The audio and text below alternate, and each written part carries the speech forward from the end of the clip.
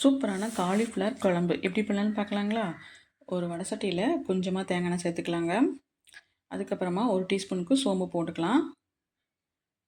நான் 3 தக்காளியை கட் பண்ணி சேர்த்துருக்கிறேன். அதையும் சேர்த்துட்டு ஒரு 5, 6 முந்திரி பருப்பு போட்டுக்கலாம். இதை நல்லா வதக்கிக்கலாங்க. நல்லா தக்காளி நல்லா சுருண்டு வர வரைக்கும் நல்லா வதக்கிக்கலாம். இது பார்த்திங்கன்னா சப்பாத்தி, பரோட்டாக்கெலாம், தோசைக்கு ரொம்பவே சூப்பராக இருக்குங்க இந்த சைடிஷு. ரொம்பலாம் மசாலா இல்லாமல் ரொம்ப ஒரு டிஃப்ரெண்ட்டான டேஸ்ட்டில் இருக்கும்.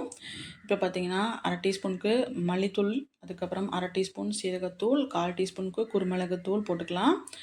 அதுக்கப்புறம் வரமிளகாத்தூள் 1 டீஸ்பூன், கரம் மசாலா 1/2 டீஸ்பூன், இது எல்லாத்தையும் போட்டுட்டு இப்போ இது நல்லா வதக்கிக்கலாம்.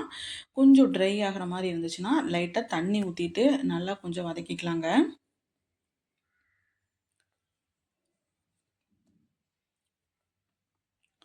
கொஞ்சமாக தண்ணி ஊற்றிட்டு நல்லா வதக்கிக்கலாம். அப்போ தான் கொஞ்சம் நல்லா பச்சை வாசம் போகும். நல்லா தக்காளியும் நல்லா சுருண்டு நல்லா வதங்கும்.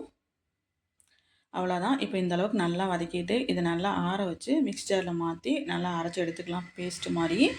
இப்போ வேற ஒரு கடாய் வச்சுக்கலாம். அதுக்கப்புறமா அது மறுபடியும் 1 டீஸ்பூனுக்கு தேங்காய் எண்ணெய் சேர்த்துக்கலாங்க. கொஞ்சமாக கடுகு, ஒரு பெரிய வெங்காயத்தை கட் பண்ணி வச்சுக்கிறேன், அதையும் போட்டுட்டு அதுக்கு கூடவே ஒரு கொத்து கருவேப்பிலை அதையும் போட்டுக்கலாம்.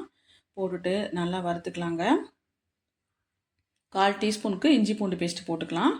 அதையும் போட்டுட்டு நல்லா 2 வதக்கிக்கலாம்.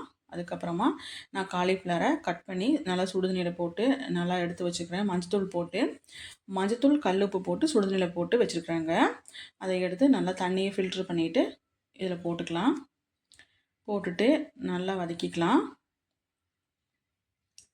நல்லா 2 வதக்கிட்டு அதுக்கப்புறம் அரைச்சி வச்சுருக்கிற பேஸ்ட் எடுத்து நம்ம அதில் ஊற்றிக்கலாங்க.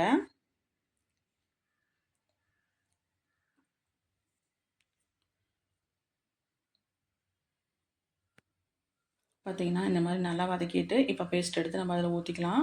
கொஞ்சமாக தண்ணி ஊற்றி நல்லா கலந்து ஊற்றிக்கலாம். உப்பு போட்டுக்கலாம். நம்ம ஸ்டார்டிங்லேருந்து உப்பே போடலை. இப்போ உப்பு போட்டுட்டு நல்லா கிளறி கொடுத்துக்கலாங்க.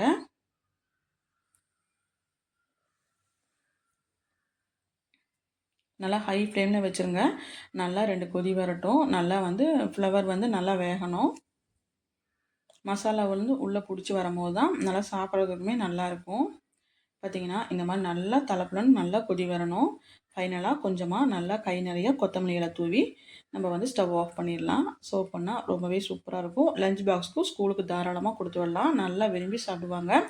மறக்காமல் ட்ரை பண்ணி பார்த்துட்டு எப்படி இருக்குன்னு சொல்லுங்கள். வீடியோ பிடிச்சி லைக் பண்ணுங்கள், ஷேர் பண்ணுங்கள். மறக்காமல் ஃபாலோ பண்ணிவிட்டு சப்ஸ்கிரைப் பண்ணிக்கோங்க. தேங்க்ஸ் ஃபார் வாட்சிங்.